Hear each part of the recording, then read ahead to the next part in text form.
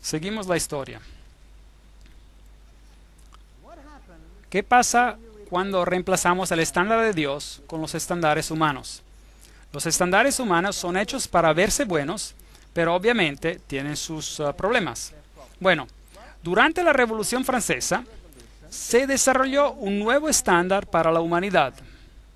Y ese estándar fue llamado el Manifiesto de los Derechos Humanos. A propósito, ¿qué escuchan hoy en día en las noticias? ¿Escuchan la ley de Dios, la ley de Dios, la ley de Dios? ¿O escuchan derechos humanos, derechos humanos, derechos humanos? ¿Qué escuchan? Escuchan derechos humanos.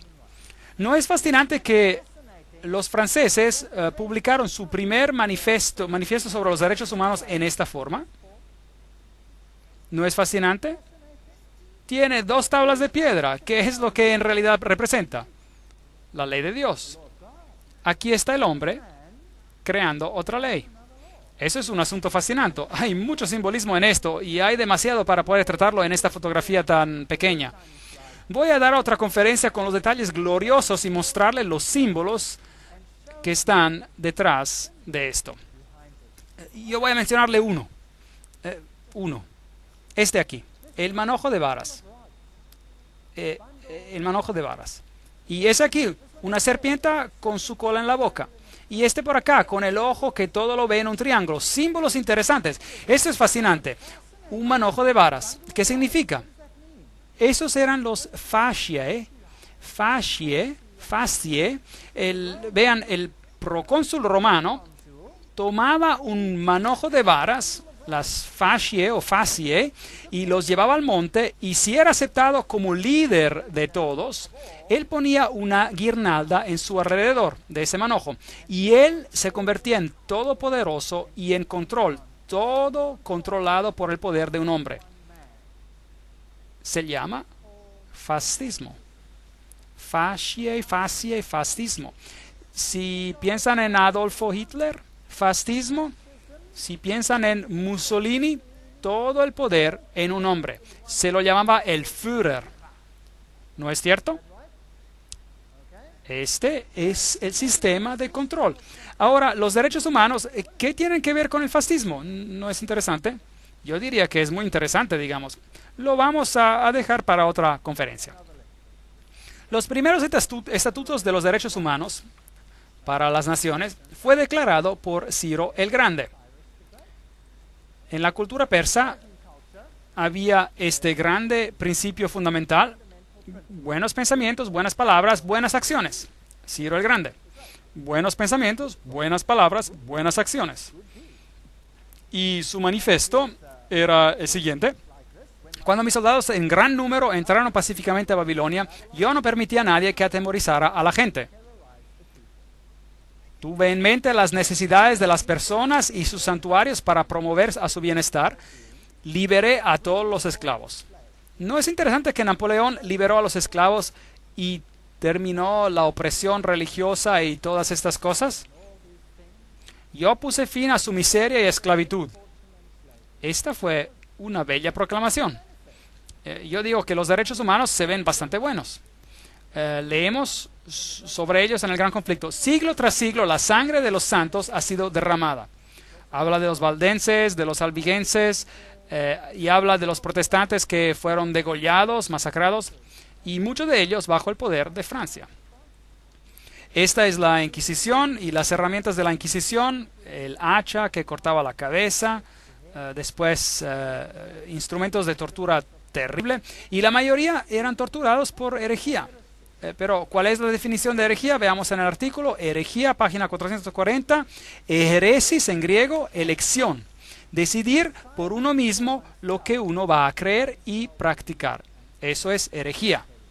Entonces, decidir por uno mismo era, en este periodo de los 1260 días o años, era un acto de herejía. Era un pecado castigable con muerte. Eso es muy triste, ¿no es cierto? Eliminando la conciencia del hombre, quitando la conciencia del hombre y creando un poder, vamos a ver cosas muy interesantes. Esos son algunos de los instrumentos que se utilizaban. Estos fueron, por ejemplo, tenazas que se abrían y ponían brasas calientes con las que torturaban a la persona que era interrogada.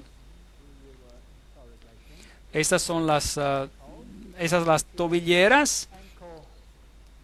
Y noten las púas en ellas, y cuando eran apretadas contra el tobillo entraban hasta el hueso. Esas personas eran muy serias en lo que hacían. Este instrumento en particular fue usado hasta por General Franco en los 1970. Este es un instrumento muy cruel que se ponía alrededor del cuello y empezaban a atornillar ese tornillo. No es una cosa bonita que hacer. Inmovilizadores, por supuesto, tornillos de dedo. Este instrumento es particularmente desagradable. Amarraban las manos hacia la espalda con una soga hasta que quedaba la persona de cabeza en el aire, y luego amarraban una enorme piedra a los pies y la lanzaban desde la plataforma, y la piedra caía arrancando los brazos y sacándolos de su articulación. Esas son cosas terribles que se hicieron en la Inquisición. Yo sé que a lo mejor no se tendrían que mencionar esas cosas, pero la crueldad de este sistema debe ser conocida.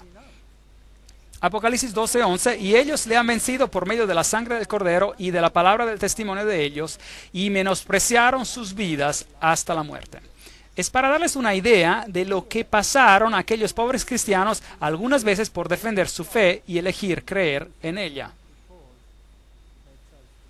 Es muy horroroso, ¿no es cierto? Es muy horroroso.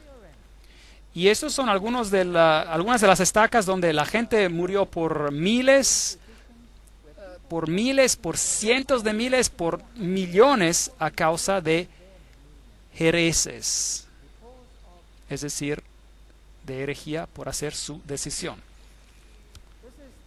Estos son los hugonotes franceses. Es el monumento hugonote francés en el sur de África. Muchos de los hugonotes en Francia se huyeron y erigieron este monumento representando a la Trinidad. Y aquí hay una mujer parada sobre la tierra representando a la novia de Dios. Y ella se sienta sobre la tierra. Fue de África, de Europa a África. Y en una mano tiene la Biblia y en la otra tiene una cadena. Y ella rompió la cadena que la ataba a Roma y huyó a las tierras lejanas de África, donde se la está masacrando nuevamente, pero bueno, esa es otra historia. Y huyó a América y a tierras lejanas para escapar de la persecución del poder de los 1260 días. El gran conflicto dice, pero lo más inicuo que se registra en el lóbrego catálogo de los crímenes, el más horrible de los actos diabólicos de aquella sucesión de siglos espantosos, fue la matanza de San Bartolomé. El rey de Francia, instado por los sacerdotes y prelados de Roma, sancionó tan espantoso crimen. Se puso una campana y en medio de la noche sonó. En ese momento empezó la matanza de 50,000 protestantes en una noche. Les habían dicho, por engaño, les habían dicho a ellos, trabajemos juntos en el futuro, no peleemos más acerca de todas estas cosas.